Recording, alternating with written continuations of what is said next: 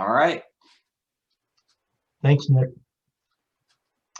So my comments are oriented around, as you can see here in the title slide, growing up with the Monon, which to a large extent I did, primarily as a way of illustrating that something that most of us who are on this call already know, and that is that Monon, for being a 550, 540, depending on the era you're talking about, mile railroad, really had an impact that was outsized for what today we would consider to be a regional railroad or even a large short line railroad. And that's doubly true for people who are fortunate enough to call themselves Hoosiers. So my comments are around that and around the impact that the Monon had in my life as a rail enthusiast from, as one of the guests on our show recently said, from the womb, and also a professional railroader and a model railroader. So we'll touch on all three of those in my remarks here, by way of kind of telling my story. So I personally have railroad roots. I'm a fourth generation railroader. My great-grandfather and my grandfather were from Rosine, Kentucky. And that photograph in the middle and the bottom is, I don't know if you could call that the Rosine Depot, honestly, but it's a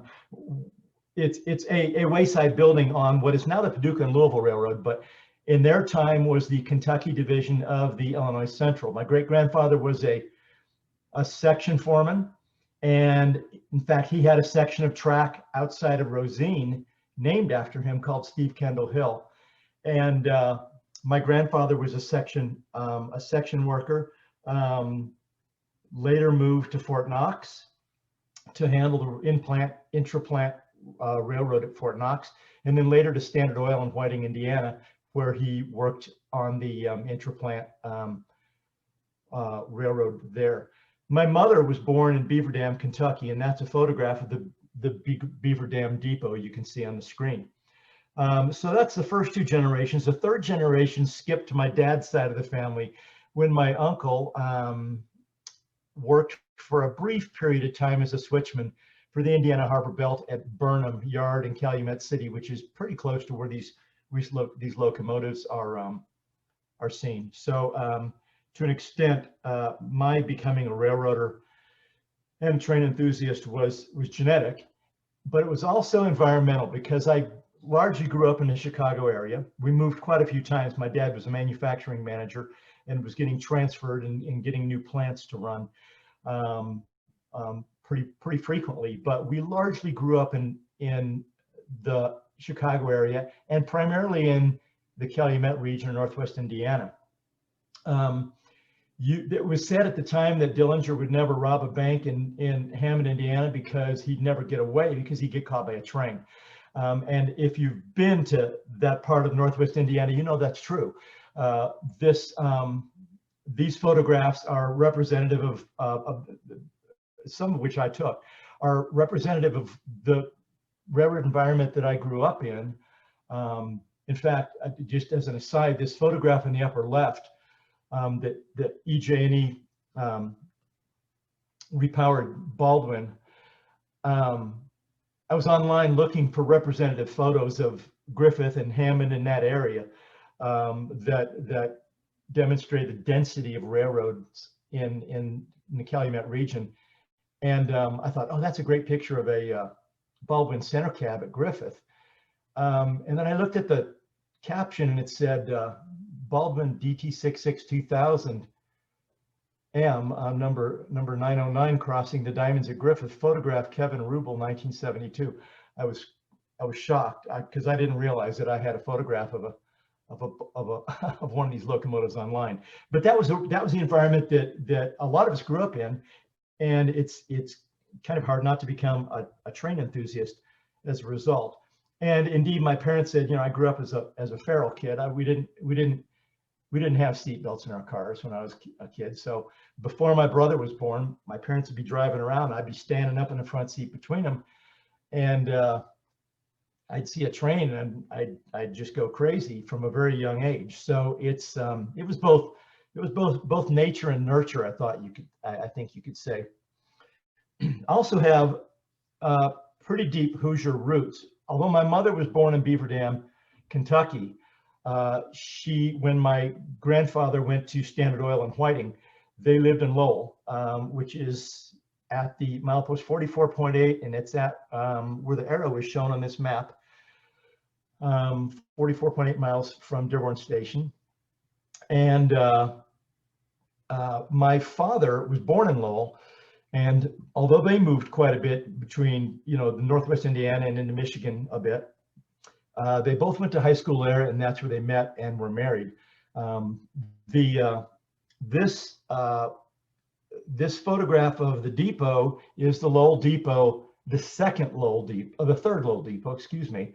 It was built in around 1953 after Iraq. We'll talk about in a second. The sign, there's a couple things I want to point out here that are unique about the Monon. This train order signal in front of the Monon, or in front of the Lowell Depot, it looks like an overgrown crossing signal, and that was, as far as I know, that was unique to the Monon, that style of train order signal. Likewise, this station sign, which is now and is pictured here in the Purdue Model Railroad Club, it was fairly unique to the Monon. And this bottom photo is actually, I took that one as well. That's, and my apologies, but at this point in time, I was 13 years old, and before I got a good camera. And this is an Instamatic shot, but it's Station Agent Don Kripe at Lowell, giving a highball to what is probably train number 70, running a bit late. So being as my parents were from the class of 48 and class of 51 in Lowell High School, I had quite a bit of exposure to the Monon from that perspective. And my maternal grandparents lived there. This is why that was a second depot, just as an aside. The former depot, Frame Depot, was there until 1952, when a fairly catastrophic derailment took the depot out, and was a source of a lot of attention from the townsfolk, which I think we'd all be kind of shocked today to see people standing this close to what in the background maybe you can make out. It's a pile of freight cars, and what is around that are flames. That there was a car of alcohol underneath that pile of cars, and it was burning, and we have the townsfolk all gathered fairly close to check it out. That's why the new depot in Lowell. This is an aerial photo of Lowell in 1975, and the big lawn in the lower left is the lawn of Lowell High School, where my grandparents, both sets of grandparents, and my parents attended. The depot is where you see the two roads forking, just a little bit to the right of that, and the crossing of the Monon is the Lowell Depot. And then down here in the lower right is Globe Industries, which burned in 1975. Globe was one of the bigger shippers on the Monon. So you can see there are 12 cars are spotted for loading, and they made roofing products and asphalt siding, which was very popular in Northwest Indiana. And in later years, they would make asphalt impregnated felt products, like for the carpeting for automobiles or for the floor pan of automobiles. And being as they handled tar and a lot of hot stuff, the building unfortunately burned in 1975 and was rebuilt. And if I'm not mistaken, that was the second time that facility burned. Photo up in the upper right is my brother contemplating a switch stand at the north end of the passing track there in Lowell, kind of indicative of what we do when we're visiting our grandparents. We get on our bikes and go downtown and check out the Monon. My other set of grandparents lived in Hammond, in what is today called South Hammond. Back then it was more colloquial than it is today. But this is a photo of my mom and dad on, is dressed up as we are. I'm confident that's probably Easter of 1962. I'm on the left, my brother's on the right. And my mom is not pregnant, which is why I think it's 1962, because my sister was born in April of 63. But if you look in the background, you'll see a railroad track. And you'll also see a building back there. That railroad track is the north end of South Hammond Yard, which is one of the bigger yards, if not the biggest yard on the Monon, and where all the freights from Louisville and points south would come in and would depart as transfer runs to the Belt Railway and the Indiana Harbor Belt and the BNOCT and the like, north back out of that yard. We're going to talk more about that yard in a minute, but I spent a lot of time at that corner down at the end of the street there. That's Lyman Avenue going left to right, and this is Vine Street. I spent a lot of time on the sidewalk down there at that corner, just watching the crews switch and watching the transfers depart and come back, and watching the freights from the southern part of the railroad, excuse me, arrive. And one day I got lucky as a pretty young kid. I couldn't have been more than about 6 or 7. And I was down there at the corner, and it happened that I think my dad and my uncle were with me, or my dad, my grandfather, and my brother. And the crew that was working the north end of the yard with this locomotive, NW2 number 16, asked me if I'd like to ride in the cab, and they invited us up. I got to ride my first cab ride ever in this locomotive at about this point in time. This was taken in 1966, I believe. And as I like to say on the show that we do, or the Zoom show that we do every Wednesday evening, if you weren't hooked as a rail enthusiast, as a train enthusiast, before a cab ride, you certainly were after. Once you rode in the cab of a locomotive, I think it was pretty much hopeless after that point in time.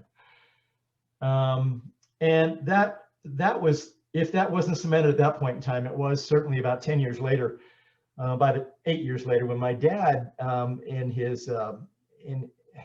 my dad was amazing for doing this, contacted the folks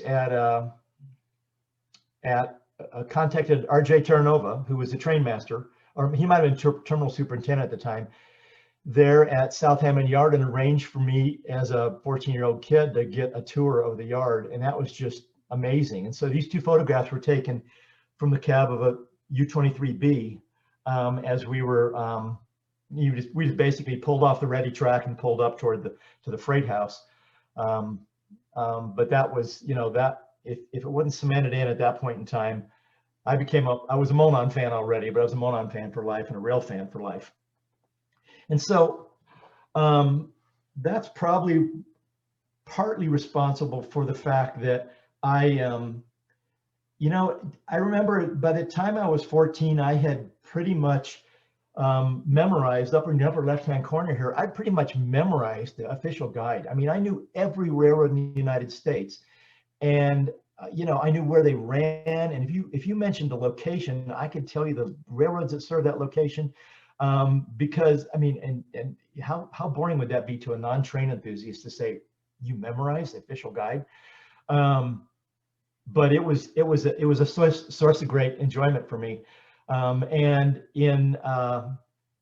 I have a couple other books and magazines here that were informative at the time. I really became enamored with the whole concept of short line railroads when I read Mixed Train Daily, because of the kind of the down home family nature of short lines, which was very much true of the Monon as a Class 1. I started reading Model Railroader and Trains magazine, both at the public library in 1966. And interestingly, this issue of Trains has John Barriger on the cover when he had just gone to the Katy. And Another book that I found to be seminal was Frank Ellison on model railroads, and kind of formed my outlook on model railroading, which was a model of an operating railroad. And Frank Ellison is probably a pioneer where that was concerned. So what was launched with the Monon, after I completed my undergraduate degree in economics, my father worked with L.B. Foster Company, and while I was during the summers, I worked in the rail department of our yard in Houston, Texas, and through that connection, I was able to get an interview with the Katy, and I was hired by the Katy as a management trainee. I found it interesting that it turned out that I was the first, and of course this wasn't in the Barriger era. This was, as you can see, this was in the Reginald Whitman era, who was formerly a federal railroad administrator, formerly ran the Alaska Railroad, and was general manager Lines West, I believe, for Great Northern. An old school railroader for sure, great guy. And I made a lot of friends on the Katy, and again, it was after the Barriger era. But when we first got our coal trains and we first got our SD40-2s to handle those coal trains, and we were sledding the main line to prepare for coal trains to the Lower Colorado River Authority. And it turned out that because I didn't know any better, I was the first trainee I think they'd ever had, and maybe the first since. I'll have to check with my friend Kel Silverberg, who came not long after me and who's still with BNSF, to actually go through every department of the company. And on the Katy, it was a little different than it was on the Burlington, or on the Norfolk and Western, or the Missouri Pacific, which were pretty famous for their training programs back then, or the Pennsylvania, in that there was a classroom portion that was, it was very regimented and very organized. On the Katy, it was, Kevin, we're in the mechanical department next week, and Fred Hoppy's our mechanical accountant, and he's gonna be on vacation. So Kevin, you're gonna be the mechanical accountant next week. I wouldn't trade that experience for anything, because that was an amazing way to get a good, as Nick would mention about John Barriger, and I feel that a lot of John Barriger's background resonates, my own background resonates with his. It was a great way to get an overall view of a railroad, and particularly in an industry where someone generally came up through a silo, and that was most of their view of the railroad was from that silo, whether it be mechanical or operations or even sales and marketing. So that was very, very much appreciated. I worked for the Katy. After the training program, I became, I'm sorry, I just drew a blank. I was manager of special equipment in the operating department, which meant I handled all of our assigned equipment, about $75 million worth of equipment that was assigned to different industries across the United States, and also expedited the grain trains from Kansas City to the Gulf ports of Galveston and Houston. But I left that to, and what's an interesting story and an interesting side story about the culture of railroads, and particularly the culture of the Katy, that I'll share at a different time. But moved from that back to graduate school, and there's a picture of a Southwest Airlines 737 here, which, what does that have to do with the railroad industry? Well, I did some consulting for Southwest Airlines while I was in graduate school, and I was receiving my MBA in finance and marketing, which is another area in which I feel some resonance with John Barriger, because he had what's unusual for business in general, but particularly unusual for the railroad industry, where most of the managers came up through the operating silo. He had a unique combination of finance and marketing background, which I think is pretty rare to find in managers. And one of the projects that I did a special project as part of my MBA, and that was to do some work for the chief financial officer and the treasurer of Southwest Airlines back when they were not quite the size company they are today. And but I saw a very, very different kind of a culture. They were employee owned at the time. They really still are, but they were employee owned at the time, and they were.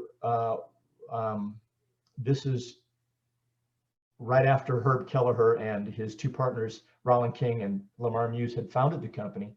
About 7 years after they first flew, and I saw that they were a very different culture than what I was used to at the Katy, and that led me to after graduate school, I was working in finance. I did stints both as a lender and as an investment banker and as a venture capitalist to small and middle market businesses. But I couldn't stay away from the railroad business, and I couldn't stay away from this type of culture that Southwest Airlines had. And so I actually had two consulting companies on the side, one of which helped companies create the kind of culture that Southwest had, and another one of which did transactions with and consulting to short-line railroads, most of which were divestitures from Class 1s. I did a lot of those with on behalf of LaSalle Bank in Chicago, which is where I met our friend Stefan. These are some representative. I had, by the time it was all said and done, I had worked on 85 different short lines or short line transactions, which I think is probably more than most other consultants out there, if not any other consultant out there. These are some representative ones: the D Queen and Eastern, Texas, Oklahoma, and Eastern.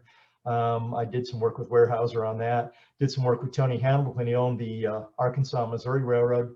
For LaSalle Bank on the Camas Prairie, for Walter Rich on the Susquehanna when they were operating the Delaware and Hudson, for Peter Gilbertson and Anacostia Pacific when they acquired Louisville and Indiana, and actually for ABN Amro and LaSalle Bank on the Wheeling and Lake Erie well after that had been established. And these are just representative ones, but it got me all over the country and got me to see a lot of different railroads that I, as a younger person, read about, and some of which hadn't come about yet, of course, in the official guide.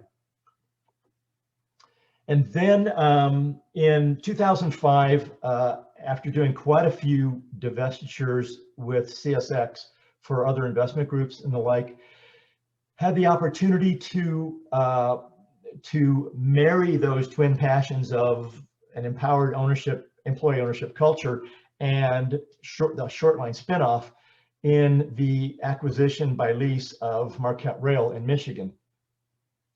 You'll notice that this is the only locomotive we ever got painted in our official scheme. And you'll notice that there's something quite familiar about the lettering style of Marquette and the logo. One of the transactions I was working on that I discussed with CSX was the acquisition of the former Monon main line between Maynard, Indiana, at the end of Grand Trunk Crossing, and down to Crawfordsville, and then the former Conrail line into Indianapolis.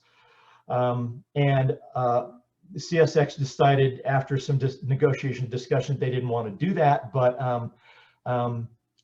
I recognized at the time that CSX had let the copyright protection on the Monon logo lapse, so I nabbed it, and I went and registered the speed style lettering and the Monon logo as our own, at least for my consulting company.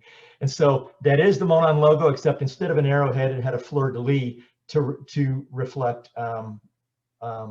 Father Père Marquette, which was the lineage of our railroad. So Marquette Rail, I led that deal as co-founder and as its initial CEO and president until such time as we decided to sell it several years later, 7 years later actually. But Marquette was a CSX spinoff that ran north out of Grand Rapids, Michigan to Ludington and Manistee, Michigan. And so that kind of fulfilled my my dream of running a short line railroad and owning a short line railroad, although our employees own 60% of the company, which is where that Southwest Airlines piece comes in. I think the fact that we used the Monon lettering style and the Monon logo with the Père Marquette colors and general Père Marquette scheme is indicative of the influence that the Monon had on me as a railroader and a rail enthusiast, and was informative of my career in the railroad business. So I want to switch a bit and talk about, for those who are on the call who might have an interest in the modeling side, talk a bit about Monon as a modeling inspiration. This photo on the left here is southbound local, probably pulling out of Dyer, because I noted the other day that if it had been pulling into Dyer, it has a red train order signal. So and trains almost always did at Dyer, as our friend Rick's probably gonna mention to us in one of his stories. He's probably pulling away because on the Monon, this red light in the nose would illuminate whenever the emergency would, or whenever you'd have the locomotive in emergency, and of course you would if you had a full stop. So he's probably accelerating away down into the siding to work the EJ&E interchange. But one of the interesting things, Monon was unique in many, many ways. One is this rider car, which we'll look at a little bit later, but given the full crew law and the fact that there were 6 crew members required of all freight trains over 69 cars in Indiana, and to facilitate head end work, I would imagine, or work on the head end of the train, I should say, not to confuse it with passenger work. Monon had built their own rider car, and so that's kind of unique to the Monon, as is this train order signal, as we pointed out earlier, and a few other things that we'll note soon. As you can see, this is a modeling inspiration for me. I scratch built this not 100% exact because it was built from photographs, but it was built basically from the measured footprint of that building, and scratch built as an HO scale model of Dyer. So I had an impetus and an interest in personally modeling the Monon Railroad, even during my railroad career, and while I was a professional railroader. That said, another area in which I feel like I have a common bond personally with John Barriger is that one comment that Nick mentioned is he said, I think you said this on our call the other day, Nick, that John Barriger had a broad but fairly shallow understanding of virtually every railroad in the United States. So he had a very, very broad understanding of a lot of different railroads, and I felt that way myself. I love the Southern short lines. I thought it was the time I spent on the Camas Prairie was amazing, because that's a very interesting railroad, an operating headache, but a very interesting railroad. And I got to every corner of the United States, high railed up the Red Rocks on D&H, and had, I just enjoyed something about every railroad experience I had. And so I was telling some friends recently that I'd compiled a list of railroads I would like to model, and there are over 80 railroads on that list, because there's something about the Aberdeen and Rockfish that's, very, very, very, very endearing. But always, for me, it always came back to the Monon. So quite naturally, my focus for my early Monon modeling was the segment between State Line Tower, which is the beginning of the Monon trackage, because the Monon was unique in that it had no trackage outside of the state of Indiana. It accessed Chicago Dearborn Station and the Beltway of Chicago over the trackage of the Chicago Western Indiana and its subsidiary, the Belt Railway of Chicago.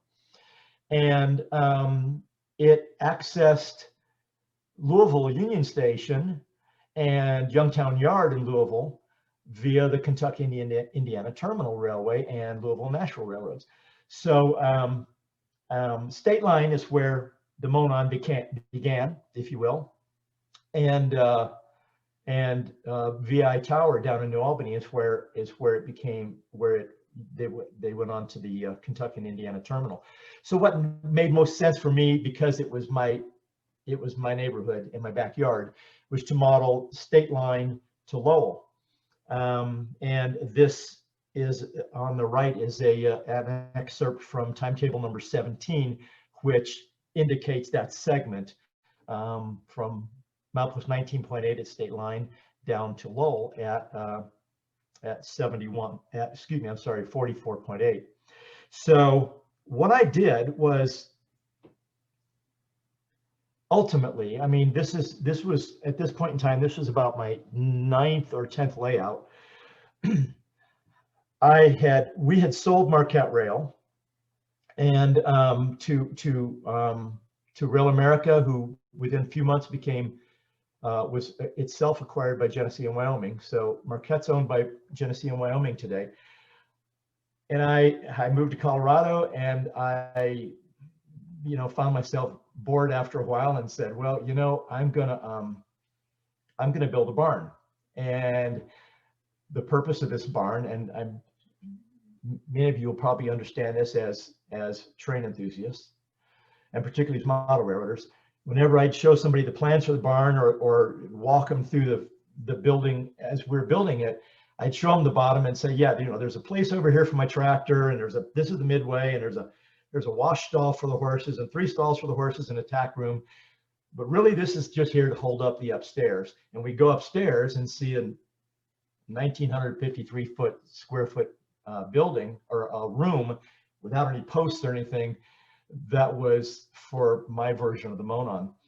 And here it is under construction on the right-hand side. It didn't get too much farther beyond this, but I'll show you. This is a CAD drawing of the layout overlaid on top of the barn. Now, one of the first things I'll draw your attention to is if you look up here at the top under the words modeling inspiration, you'll see that the walls of the barn are 48 feet long, but the layout sticks out past the end of the barn and kind of cantilevers into midair. Well, that really didn't happen that way.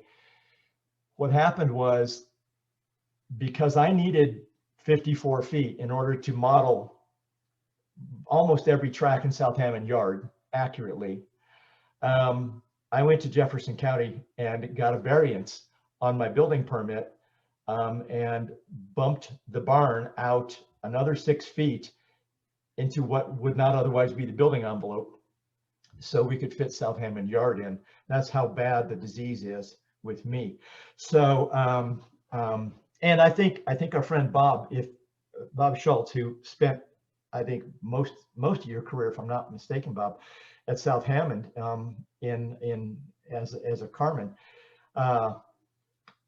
would recognize that the trackage arrangements that I use in all these locations are taken from the track maps of the Monon. They're selectively compressed, of course, because accurate model of South Hammond Yard would be significantly longer than this. But and the same with GT Crossing and Maynard and Munster and Dyer through Cedar Lake and Creston to Lowell and then into Staging Yard. So this was a layout that was under construction until about a year and a half ago when I sold that home. So this was it under construction, and shows that where we were going with it, at least at that point in time. I chose to model the Monon in 1967. Why 1967? Because I was 10 years old in 1967. but I still have pretty fond memories of the Monon at that point in time. And in fact, even earlier than that, I remember the big C628s when they were first delivered. So why 1967? Well, one reason is here's 501, one of two boiler-equipped high hood Century 420s with Train 5, the thoroughbred, about to leave Dearborn Station in Chicago. You can see it's a 4-car train. You know, it's a coach, and it might be a second coach back there, but 1 or 2 coaches and heavy on the head end with a former troop car, a baggage car, which was probably hauling mostly storage mail, and an RPO.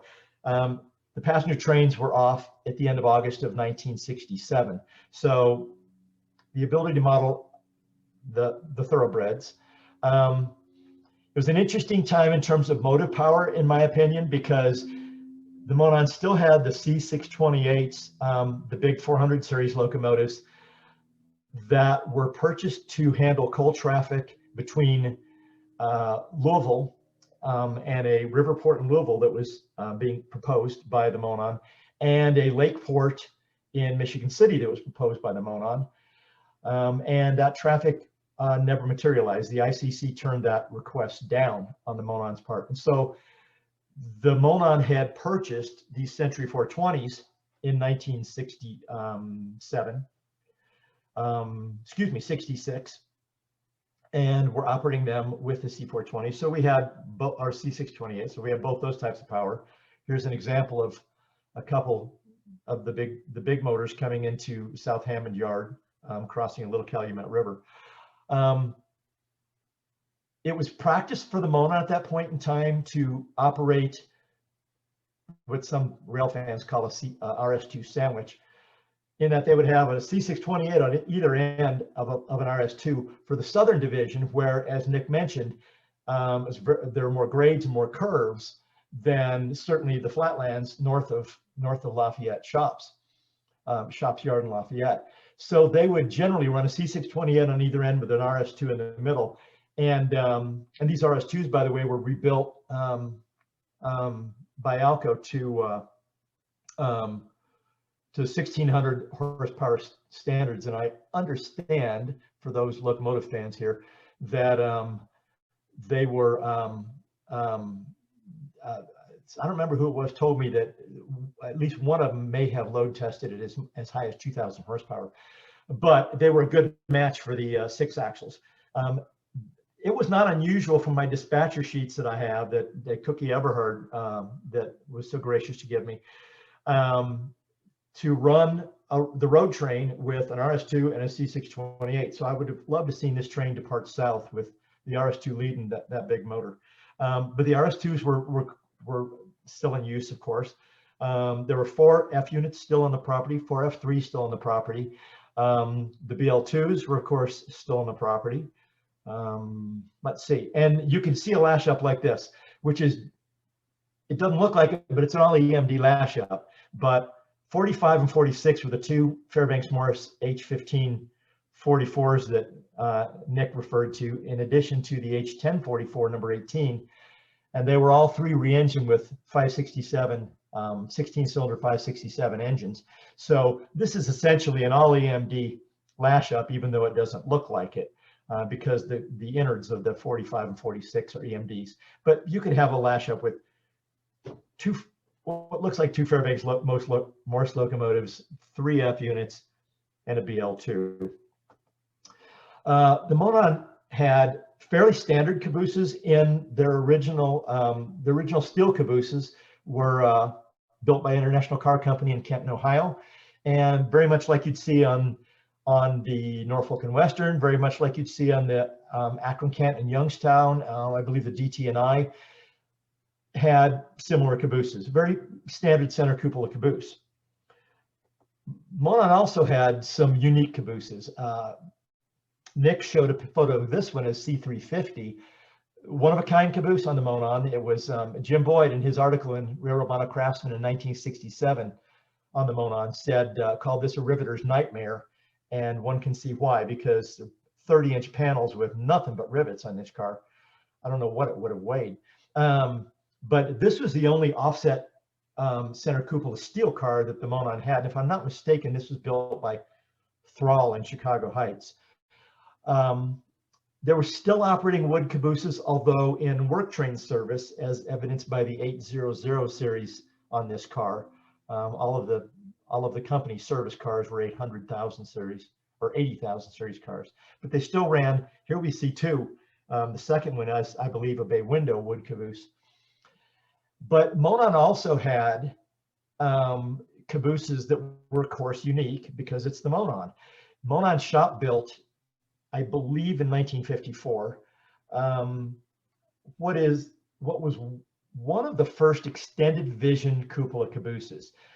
These were, I've seen these called quasi-extended vision cupola cabooses.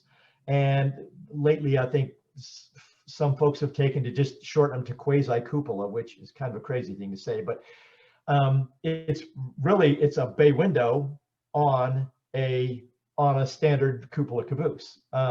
So Monon was the only railroad that had this kind of caboose because they built them shop built down at the Lafayette shops.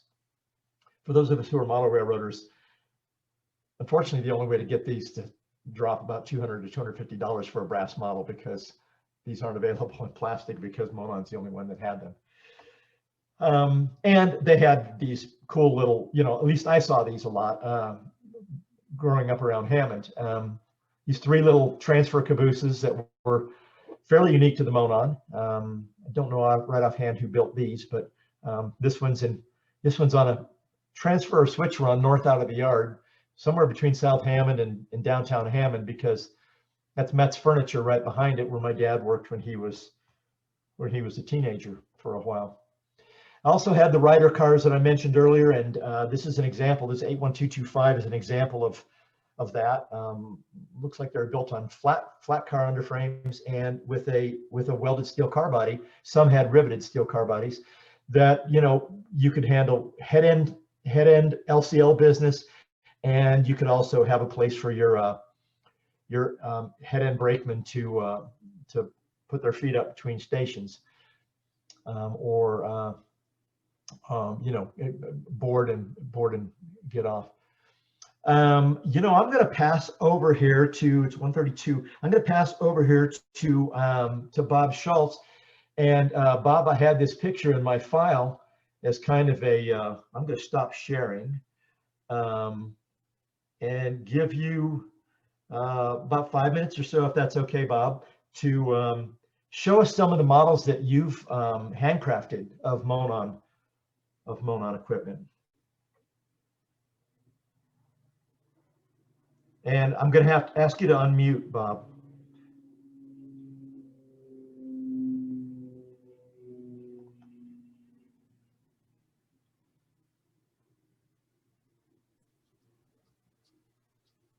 Bob, I'm going to go ahead and send you that invitation to unmute one more time to see if that shows up. So just click on that when you see it. There you go. All right. All right. Are you ready for me? Show us what you got there, Bob. Pardon? I say, show us what you got there as far as your models. Yeah. Oh. All right. All right. Well, first of all, I started on the Monon in February of 48, and the Monon had two series of new cars, the 1 to 500 box cars, and the newer gray covered hopper cars, the 4220 to 4320. And so the early box, this is the early box cars with this is 340, this is 346. Bob, you're going to have to hold those up a little higher so that your camera catches them. All right. How about that? Perfect. That's the gray covered hoppers, the new ones that were in 1947. And then, hey, Bob, would you say a little bit about how you made these? Because I think that's pretty impressive. I didn't. That's a Botten car. Okay. This is a gondola like you had in the pictures.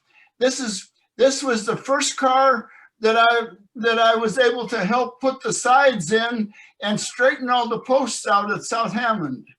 And so I had to build it and put the right car number on it. Then the Monon bought these gondolas, the 3000 series gondolas. We used to have to watch them come through because a lot of them got loaded with hot billets in the steel mill and would burn the paint. And this car, 3076, came through and it was all burned up. And so I painted it at South Hammond and put all the new lettering on it that I made myself.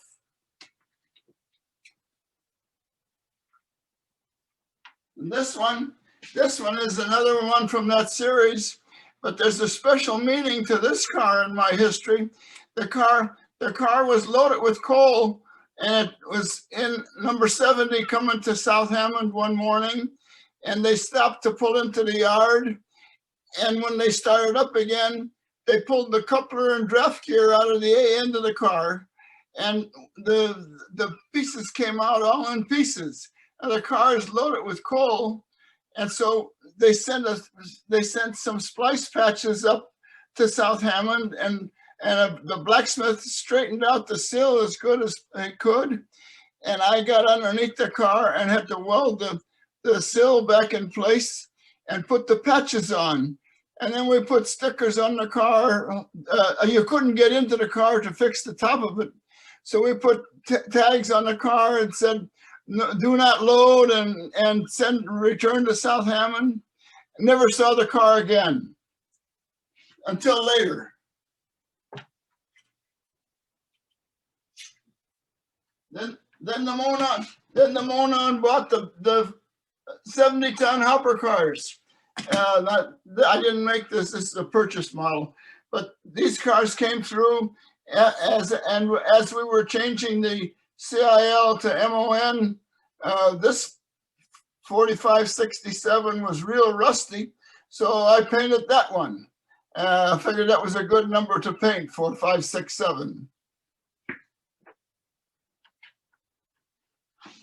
And we used to work on a lot of the wooden composite hopper cars, especially with the fixing the doors and door locks and things that get bent up, corner posts, replacing them. But this is a handmade. This is handmade, and this is the skeleton frame of that car. How it's made, just with all the insides, slope sheets and everything else. But this is the composite hopper. And then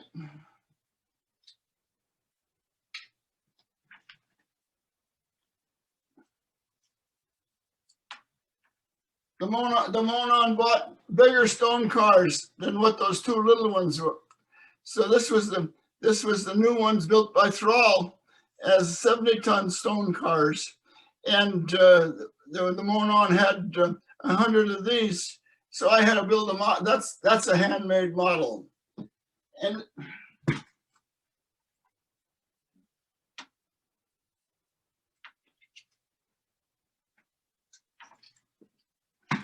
the Monon had two groups, or one group of Coke cars that they made.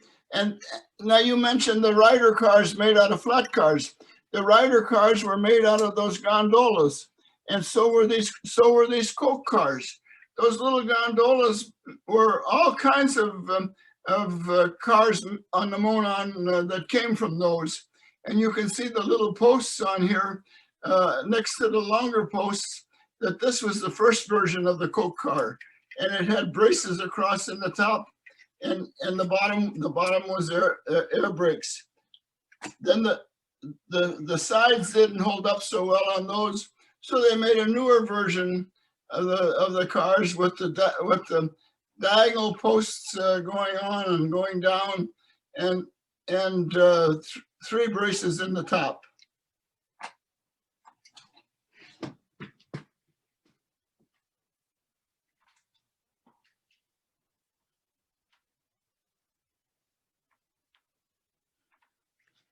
Then they had the flat cars for stone service, and this flat car came through one day, and all the floor was torn off of it. There weren't 10 pieces of flooring left on the car, and so it was still painted black in 1956, the original paint, and we put a whole new floor, and I painted it, but with the model, I had to make it black because that's one of the few black cars that were on the Monon. So that's a little sampling of the models. I turn it back to you.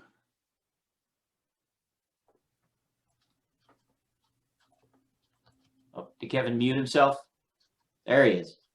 Thank you. Thank you very much, Bob. I just have one more slide, and that's this one.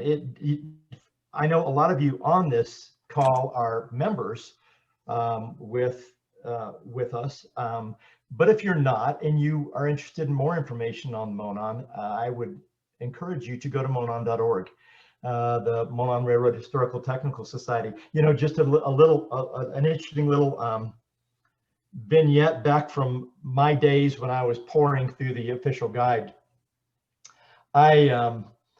When I was 13 or 14, and it was, I don't remember whether it was December 1970 or December 1971, I put as a middle school, junior high school kid, I put an ad in the back of Railroad Magazine. There are classified ads back there. And probably not many pages behind one of those ubiquitous rosters of yours, Si. I used to love seeing those in Railroad Magazine, those locomotive rosters that you would always publish in Railroad. Asking if anybody's interested in the Monon, a society around the Monon Railroad, to contact me. And then I got this flood of letters from people who were interested in doing that. And here I am, a 13, 14-year-old kid. I'm like, what do I do with this? So I turned those letters over to Don Kegebine and Ed Leonard, who ended up being two of the founders of the Monon Historical Technical Society just a few years later in 1975. So I very much encourage you to check out monon.org for more information and consider joining. It's a great organization. So that's all I have. Back to you, Nick. Okay, thanks, Kevin. Thank you. I had one question, and I don't know if everyone on chat saw it.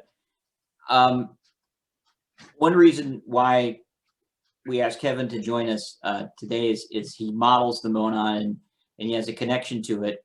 And while our group is predominantly folks who are really interested in the Monon, there are groups from outside who might be curious, why would this be an attractive railroad to model? And I'd ask that question. Kevin would reply, uniqueness, diversity, equipment, customer base, traffic operations, and it has what Kevin says in the chat is a down-home charm. That's a really attractive, I think, for model railroaders, is that you get this diversity in scenery and location. Because it has this rural image, but it served 3 major cities in the United States, and there is an urban aspect.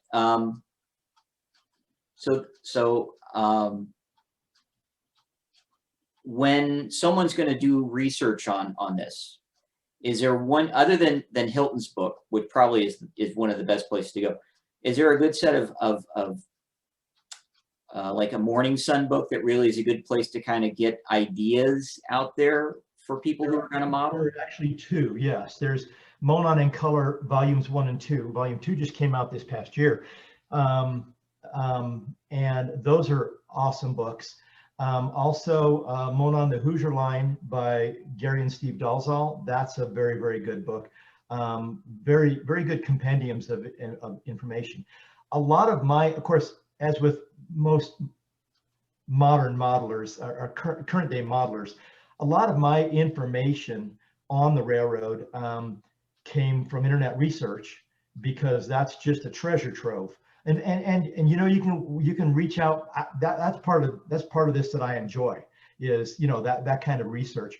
In fact, just yesterday I wrote a letter to the curator of the W.R. Grace Library, asking if they had a photograph of the Davison chemical plant that the Monon served in New Albany, Indiana, because you cannot find one anywhere. Cannot find a photo of that facility anywhere.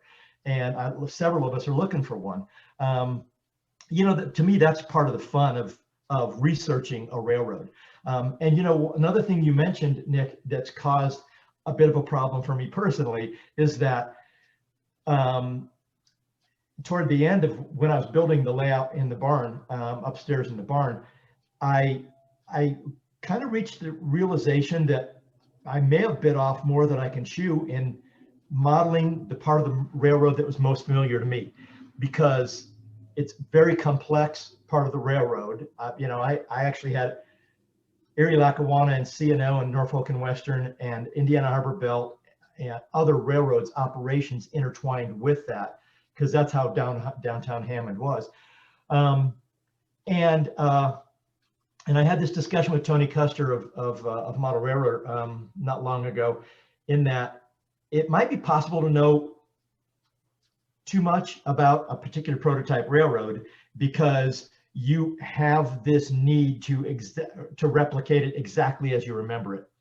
So I have since moved to a different problem, which is which other part of the railroad I'd like to model. Because I can tell you I could justify modeling the Michigan City branch, the Indianapolis branch, or the French Lick branch and part of the main line. And so my latest incarnation has been the bottom 25 or 30 miles between Pekin and actually between Salem and New Albany, which is the original New Albany and Salem in 1967. So I feel a little bit liberated from having to be exacting by modeling that. But you know, it's a very, very different piece of railroad. As Rick can attest from a dispatcher standpoint, it's a very different piece of railroad than the Northern Division. And it was a composite, which I think is part of the attraction. And Lynn Westcott noted when he wrote the article in Model Railroader many years ago, it's a composite of a lot of different interesting aspects. You know, the French Lick Hotel at the end of the branch, you showed the picture of, you know, which the track was not really great track. It's a basket of very, very unique and differing topography and traffic and everything else, which makes it more interesting to me than maybe you know, another one of my favorite roads is a Clinchfield. That's when it comes to traffic, that's fairly boring, you know, because it's cold. Right? Yeah. So anyway, that's some of the reasons that I found the Monon, besides the fact that I grew up with it, attractive. And I think that's part of why it was, as I said earlier, its cachet, if you will, is outsized for a 500-mile railroad. You know, it was kind of bigger than life, and that's another part of it that's just attractive, I think. Would you say, now you're modeling in HO scale? I am. And Bob's got O scale. Yes. And I saw, you know, there's a significant number of Bob built a lot of equipment by hand. For an HO scale modeler, would you say that the barrier, there's not a high barrier to finding equipment that's affordable for your railroad? That, you know, if you need something, you can at least get it, or you can get something that's close enough until you want to either go into brass or do a lot of kit bashing or scratch building? Well, yes, and I would qualify that by saying relatively affordable, because relative to other locomotives and cars of other railroads, yes. There are those who could argue right now that nothing's affordable anymore, right? But Relative to other locomotives and other railroads, yes. And you know, you can get, you know, I have 80 some locomotives, and of course I have locomotives from other railroads that are represented on my layout. But I think about 40 of those are Monon locomotives, which is as many as they had at the end. They had 44 at the end when they merged with the L&N. But you know, it had there are RS2s, there are BL2s, there are C420s, there are C628s, they're the H15, both H15 44s. So all of that has been available in Monon. All of those have been available in Monon, and also in N-scale. I should Lance Minheim, a pretty very well respected layout designer and builder out in Silver Spring, Maryland, had an N-scale Monon layout based on the Southern Division. Beautiful layout and all N-scale equipment. That said, and are also, I should say, members of the Monon Society. The one that comes to mind is Chad Bose, who makes some resin kits of Monon cars. So, and Walther's made the Monon passenger cars, with the six-wheel trucks, you know, the former hospital cars. And Chad has made those in resin. So there are other alternatives to brass. I haven't found one for that, as Cookie would say, that bay window cupola caboose. So, you know, I have $700 some wrapped up in 3 of those cabooses right now. But you know what? I'm a Monon fan. It's worth it because you can't get them anywhere else, right? B&O people have the same thing with the EAs. Yes, exactly. For the B&O, that's right. Yeah, exactly. So, and the what is it? The 3000 series gun that Bob showed. Finding a 40-foot gondola with the right number of side panels in HO scale. Forget about it. I mean, I have Chad's resin kits, and you know, that's what we have to go for that. So it can be challenging to model. I had, for example, there's a gentleman in Florida has a company called Integrated Signal Systems, and I had him build some of the train order signals for me because I had a couple depots that needed them. Oh, good. Thanks, Jim. Yeah, so Chad makes a resin cupola for the shop's bay window caboose cupola. That's awesome. There you go. So, you know, there are a lot of PS1s on the Monon, you know, PS1 boxcars, 40-foot boxcars, and 50-foot PS1s. And most of the general freight equipment is plain vanilla enough that you can get a model of it. Some of them that were fairly ubiquitous, like those 40-foot guns, you know, just no luck. So it's a mixture of both, you know, again, which makes it interesting. Right.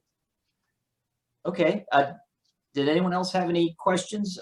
If not, we will take a break so that we can get the employee roundtable set up. So I see Bob and Rick.